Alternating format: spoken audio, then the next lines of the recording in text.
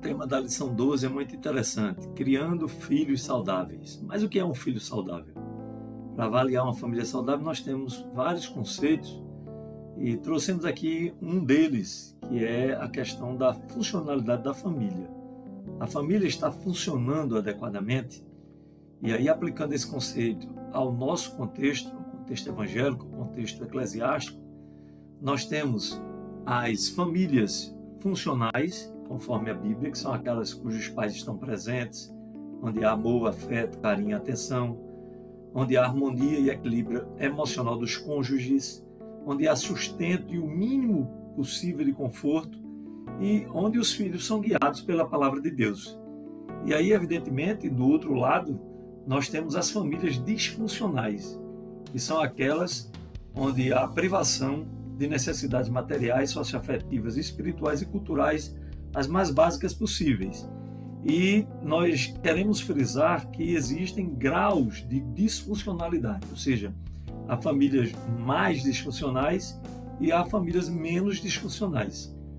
E nós precisamos pensar muito seriamente neste caso, porque as famílias disfuncionais são aquelas onde há pais ausentes ou omissos, frieza, indiferença e abuso sexual, psicológico, né, de várias outras formas, violência e desequilíbrio emocional, onde falta sustento e o conforto mínimo para a sobrevivência, e indolência quanto às coisas espirituais. Preste atenção, porque muitos desses lares encontram-se entre os lares evangélicos, por incrível que possa parecer, há lares evangélicos que estão plenamente enquadrados nessas más características. E nós temos que analisar essa lição à luz da realidade, né? Nós não podemos privar os lares evangélicos dessa realidade, dizer que eles não estão enquadrados nessa realidade. A situação que se desenha diante de nós é outra totalmente diferente. Há muitas casas onde os pais brigam, né, onde os pais abusam dos filhos, e são evangélicos, estamos falando de lares evangélicos, né, onde há violência, onde o pai agride a mãe, por exemplo, né, e fica dissimulando para a igreja. Eu levei um machucado, caí no banheiro, bati em algum objeto dentro de casa, e na verdade foi uma pancada, né, uma pancada decorrente de um murro, de um empurrão, de um soco, e o filho viu, e os filhos são criados nesse contexto.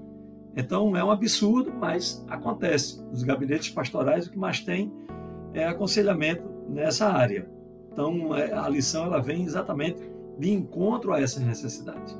O que fizemos até o momento, não pode referendar o nosso comportamento daqui por diante. A lição vem justamente para trazer uma ortopraxia, para que a gente possa ter uma prática saudável, uma prática correta dentro da palavra de Deus e diante da sociedade. Eu trouxe aqui ainda os resultados das famílias disfuncionais, que é filhos rebeldes, filhos inconsequentes, filhos com sentimento de culpa, porque por vezes na briga entre pai e mãe diz: se a gente não tivesse um filho não era assim. Eu acho que o problema é que a gente não consegue criar os filhos adequadamente. O nosso orçamento não dá porque nós temos muitos filhos. Esse tipo de colocação faz com que os filhos se sintam culpados de estarem no meio daquela família. A supressão de fases do desenvolvimento, isso é muito importante. Os filhos vão passando nas fases sem se desenvolver adequadamente dentro de cada fase, de cada idade. E eles vão amadurecendo rapidamente. É como uma fruta que você coloca carbureto e ela amadurece rapidamente. Fica sem sabor, fica sem textura, não se desenvolve corretamente. Esse é um caso terrível que acontece em muitos lares. A baixa autoestima é uma constante em filhos de famílias disfuncionais. E, por fim, no nosso contexto evangélico, a indiferença religiosa. Quantos filhos nós não temos que não querem nem saber, nem de longe, de ir à igreja, de visitar a igreja, de oração, de leitura bíblica, porque foram criados em famílias disfuncionais.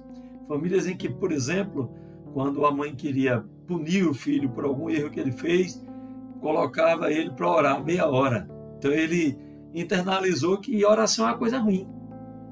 Famílias que, quando a mãe queria punir o filho, dizia: leia 2 capítulos da Bíblia. Então ele internalizou que ler a Bíblia é uma coisa ruim. e isso trouxe grandes prejuízos. Mas há uma outra informação que eu queria trazer aqui para os irmãos, que é um eco desse problema das famílias disfuncionais, que é a quantidade preocupante de residências nas quais se afirma que o responsável é uma mulher, não tem um marido, não há a figura paterna.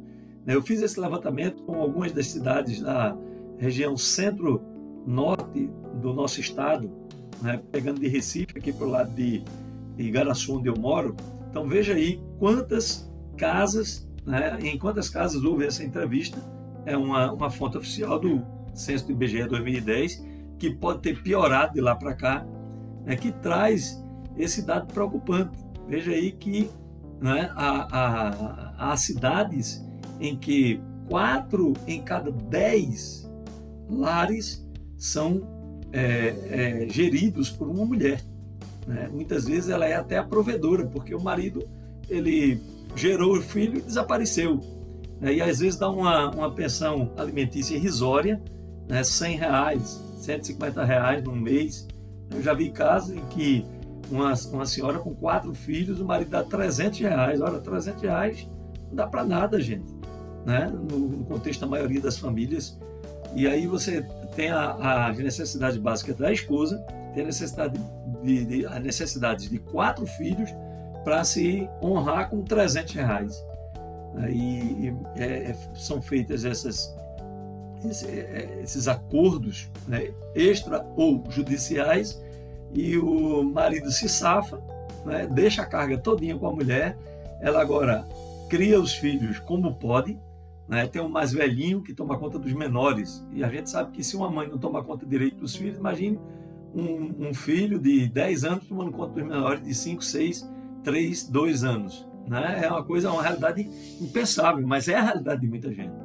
E aí, esse é um eco do problema que temos, e nós precisamos pensar muito sério a esse respeito, porque no meio dessa estatística estão muitos lares evangélicos, por incrível que possa parecer a maioria de nós.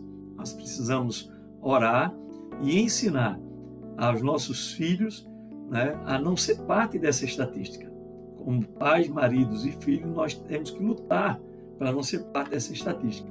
Me siga no meu YouTube, nós temos trazido sempre reflexões assim dessa natureza para o aprendizado e para o crescimento na graça e no conhecimento. Que Deus te abençoe. Obrigado pela sua atenção.